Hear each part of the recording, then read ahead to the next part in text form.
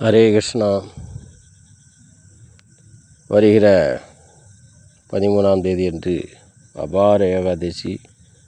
அதனுடைய மகாத்மியம் பகவான் கிருஷ்ணரிடம் யுதிஷ்ட மகாராஜா கேட்கிறார். சுக்லபட்சத்தில் வரக்கூடிய இந்த ஏகாதசியின் மகத்துவம் என்ன, அதை நாம் எப்படி கடைபிடிக்க வேண்டும் என்று கேட்கிறார்.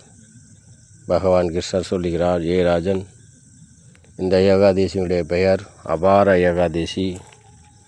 இந்த ஏகாதசியை யாரெல்லாம் கடைபிடிக்கிறார்களோ அவர்கள் அளவுக்கு அதிகமான பயனை அடைகிறார்கள், அபார வெற்றி அடைகிறார்கள், அபார செல்வத்தை அடைகிறார்கள், அபார புகழை அடைகிறார்கள் என்று எல்லாமே அபாரமாக கிடைக்கக்கூடிய ஏகாதசி.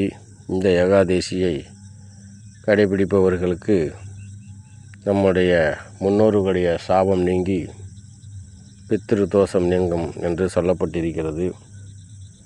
காரணம், இந்த ஏகாதசியினுடைய கதை அம்சம் எப்படி இருக்கிறது என்று சொன்னால், ஒரு சமயம் மலத்துவச்சன் என்கிற ராஜன் ஒரு ராஜ்யத்தை ஆண்டு வந்து கொண்டிருக்கிறான். அவனுடைய கூட பிறந்த சகோதரன் வஜ்ரநாத் என்பவன் தன்னுடைய சகோதரனுடைய முன்னேற்றத்தை கண்டு பொறாமை கொண்டு அவனை தீர்த்து கட்ட வேண்டும் என்ற முடிவிலே பல காலமாக காத்திருக்கிறான்.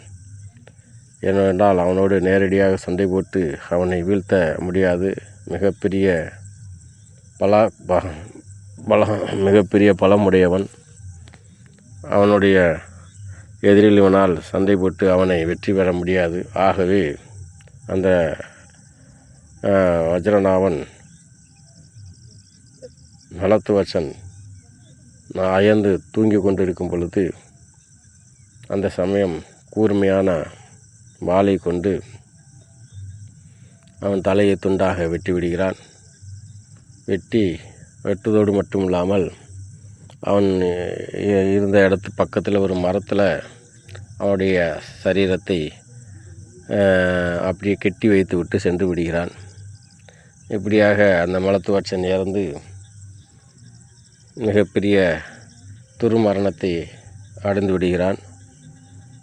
கடைசியில் அந்த மலத்துவச்சன் ஒரு ஆவியாக பிரேத ஜன்மமாக அந்த மரத்திலேயே அவன் குடிகொண்டிருக்கிறான். இவன் சகோதரனை கொண்டு விட்டு அவன் ராஜ்யத்தை ஆளுகின்றான். இருந்தாலும் இந்த மலத்துவச்சனுடைய நிலைமை மிகவும் மோசமாகிவிட்டது. இதற்கு விமோசனம் எப்படி கிடைக்கும் என்பதுதான் இந்த கதை அம்சம். இவனுடைய பூர்வ ஜென்மத்தில் இவன் செய்த புண்ணிய கர்மத்தினால் அந்த வழியாக வந்திருந்த ஒரு ரிஷி அந்த மரத்துக்கு அடியிலே வருகிறார். அப்பொழுது மலத்துவச்சனுடைய அந்த நிலைமையை கண்டு ரொம்பவும் பரிதவிக்கிறார். இப்படி ஒரு சூழல் இந்த மலத்துவச்சனுக்கு வந்திருக்கக்கூடாது. சொந்த சகோதரனே அவரை கொண்டு இந்த மாதிரி பழி தீர்த்து விட்டான். ஆகவே இவன் பலகாலமாக மோட்சம் அடையாமல் அந்த பிரேத ஜென்மமாக அந்த மரத்திலே தங்கியிருக்கிறான். அதை கண்ட ரிஷியானவர் இவனுக்கு விமோசனம் கொடுக்க வேண்டும் என்பதற்காக அவர் இந்த மே மாதத்தில் வரக்கூடிய அபார ஏகாதசியை கடுமையாக அந்த ஏகாதசியை பின்பற்றி அந்த ஏகாதசியினுடைய முழு பலனையும் அவனுக்கு மலத்துவச்சனுக்கு அர்ப்பணம் செய்கிறார். அதன் மூலமாக அவன் அந்த பிரேத ஜென்மத்திலிருந்து விடுதலை அடைந்து அவனுக்கு நேரடியாக சொர்க்கலோகத்திலிருந்து விமானம் இறங்குகிறது. உடனே அவன் மிகப்பெரிய தேவனாக மாறி அவன் சொர்க்கலோகத்துக்கு வாசம் செய்கின்றான். ஆகவே இப்படி துர்மரணம் அடைந்தவர்கள் கூட விமோசனம் அடைவதற்காக இந்த அபார ஏகாதசி ஒரு வழியை காட்டியிருக்கிறது. அந்த அடிப்படையில் பரத்வாஜனுடைய துர்மரணத்திலிருந்து அவனை பிரேத ஜென்மத்திலிருந்து விடுதலை செய்து அவனை சொர்க்கலோகத்துக்கு அனுப்புவதற்காக முக்கிய காரணமாக இருந்தது அபார ஏகாதேசி. ஆகவே இந்த ஏகாதேசியினுடைய முக்கிய அம்சம் என்னவென்றால், துர்மரணம் அடைந்தவர்கள் கூட அவர்களுக்கு விமோசனம் உண்டா என்று கேட்டால் உண்டு. இந்த அபார ஏகாதேசியை நாம் கடுமையாக அனுஷ்டானம் பண்ணி முழுமையாக அந்த ஏகாதேசியை நம்முடைய துர்மரணம் அடைந்தவர்களுக்கு அர்ப்பணம் செய்தால் அவர்கள் விமோசனம் அடைவார்கள் என்று அபார சக்தி உண்டு இந்த ஏகாதேசிக்கு. ஆகவே இந்த அபார ஏகாதேசியை நம்முடைய குடும்பத்தில் யாராவது இப்படி நடந்திருந்தால் அவர்களுக்கு ஒரு நல்ல வாய்ப்பை ஏற்படுத்தி கொடுக்க இந்த ஏகாதேசி மிகவும் உதவக்கூடியதாக இருக்கிறது. ஆகவே இது நடக்காத ஒரு காரியம் அல்ல. பல வகையிலும் பலவிதமாக நாம் சமூகங்களில் பார்த்து கொண்டு இருக்கிறோம் மரணங்கள் எப்படியெல்லாம் நடக்கிறது என்பதை. ஆக அப்படிப்பட்டவர்களுக்கும் ஒரு விமோசனம் தர வேண்டுமென்றால் இந்த அபார ஏகாதசி என்று ஏகாதசியை கடைபிடிப்பதன் மூலமாக அவர்களுக்கு விமோசனத்தை தேடி தரலாம் என்பதற்காக பகவானால் இந்த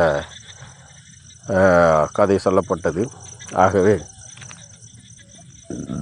முடிந்த வரைக்கும் நாம் இந்த ஏகாதசியை கடைபிடித்து நம்முடைய குடும்பத்தில் இருக்கக்கூடிய பித்ருக்கள் ஆசீர்வாதம் பண்ணும்படியாக இந்த ஏகாதசியை கடைபிடிக்க வேண்டும்.